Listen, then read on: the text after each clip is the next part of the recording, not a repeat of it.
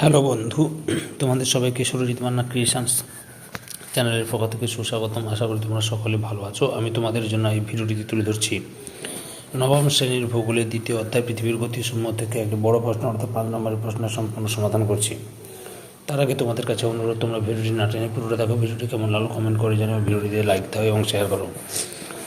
প্রশ্নটি হচ্ছে, পৃথিবীতে ঋতু পরিবর্তন কীভাবে হয় লেখো।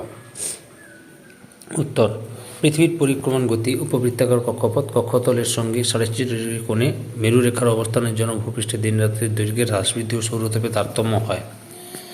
এর ফলে ভূপৃষ্ঠের বিভিন্ন অংশে বছরের বিভিন্ন সময়ে উষ্ণতার তারতম্য ঘটে। কোনো জায়গায় কখনো হয় শীত, কখনো হয় গরম। শীত ও গরমের এই পার্থক্য অনুসারে বছরকে কয়েকটি ভাগে ভাগ করা হয় এবং প্রত্যেকটি ভাগকে বলে ঋতু।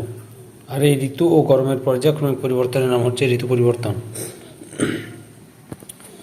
যেহেতু ভূপৃষ্ঠের বিভিন্ন অংশে গ্রীষ্ম, শরৎ, শীত ও বসন্ত প্রধানত এই 4টি ঋতুচক্র আকারে আবর্তিত হয়, তাই একে ঋতুচক্র বলে।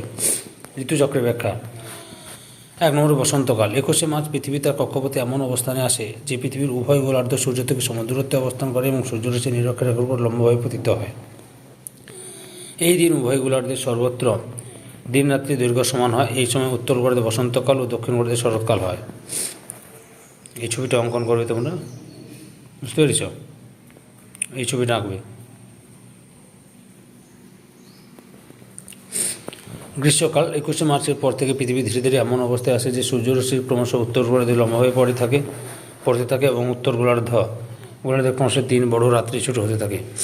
এরপর 21শে জুন সূর্যকিরণ কর্কক্রান্তি রেখার উপরে লম্বভাবে পড়ে বলে উত্তর গোলার্ধে দিনের পরিমাণ বেশি হয়। একে বলা হয় সূর্যের উত্তর আয়নান্ত দিবস বা কর্কট সংক্রান্তি। দক্ষিণ গোলার্ধে ঠিক এর বিপরীত অবস্থা ঘটে। এই সময়টাতে উত্তর গোলার্ধে গ্রীষ্মকাল ও দক্ষিণ গোলার্ধে শীতকাল অনুভূত হয়। শরৎকাল। 21শে জুনের পর থেকে সূর্যের দক্ষিণায়ন শুরু হয় এবং পৃথিবীর নিজস্ব কক্ষপথে এগিয়ে যাওয়ার ফলে উত্তর গোলার্ধে ক্রমশ সূর্যের দূরবর্তী ও দক্ষিণ গোলার্ধে ক্রমশ সূর্যের নিকটবর্তী হতে থাকে। এইভাবে 23শে সেপ্টেম্বর পৃথিবীর উভয় গোলার্ধ আবার সূর্য থেকে সমান দূরত্বে অবস্থান করে সূর্যরশ্মি নিরক্ষরেখার উপর লম্বভাবে পতিত হয়।